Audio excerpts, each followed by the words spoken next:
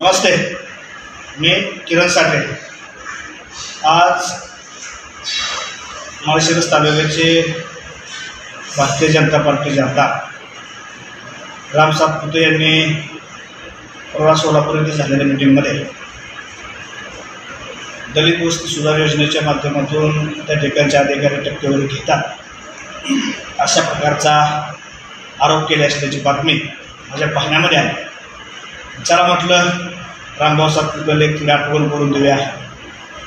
राम सातपुतेंना माझा सवाल आहे, आपण 2-2.5 वर्ष झालं या माळशिरस तालुक्याच्या लोकप्रतिनिधी म्हणून काम पाहत आहे आणि हे काम पाहत असताना सोलापूर जिल्हा परिषदेवरती प्रशासक नेमण्याच्या अगोदर भाजप पुरस्कृत सत्ता या सोलापूर जिल्हा परिषदेवरती होती।